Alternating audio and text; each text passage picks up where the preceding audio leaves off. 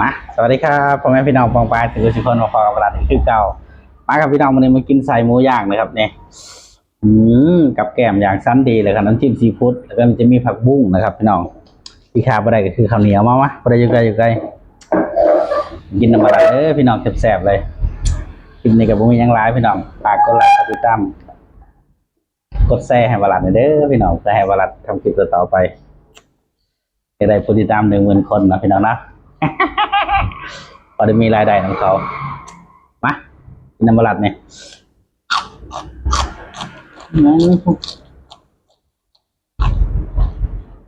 ครับ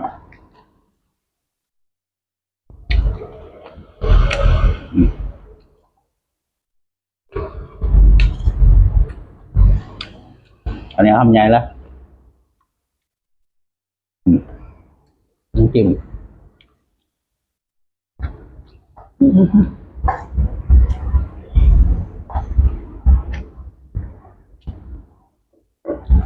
ก็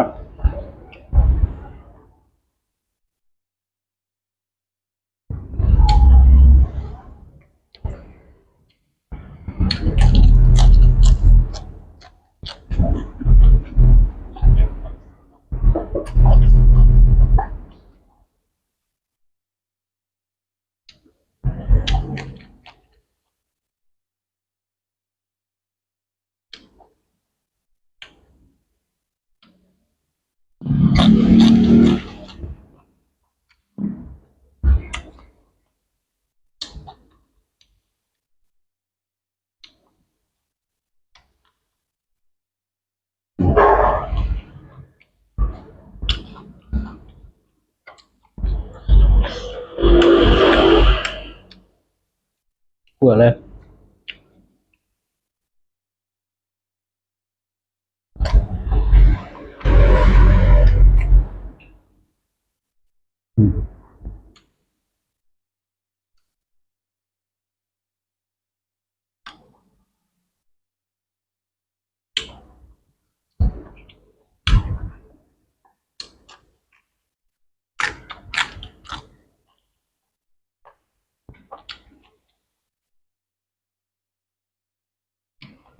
อ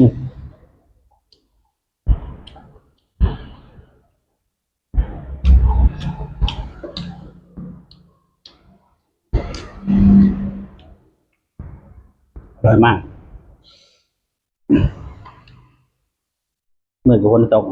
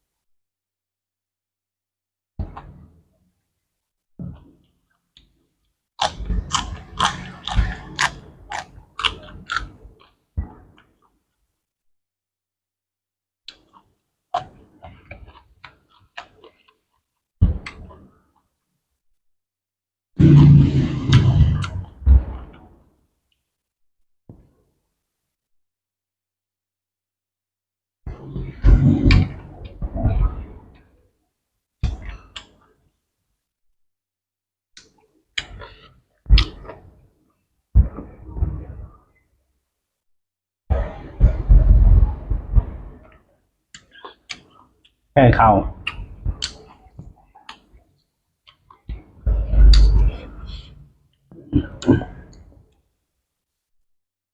อร่อยมากพี่น้องผมกินกับปลาร้าดอกนึง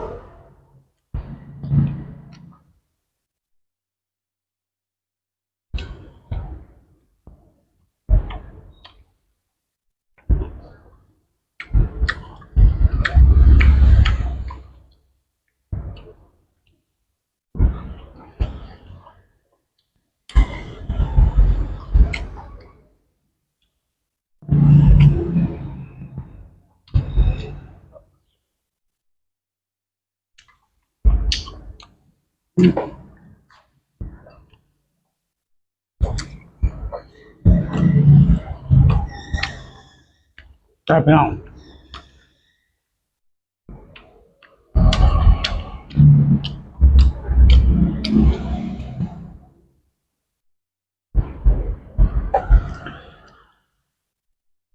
สำหรับคลิปนี้ก็ขอจบไว้แค่นี้นะครับฝากกดไลค์กดซับบาลันเดอร์พี่น้องขอบคุณครับ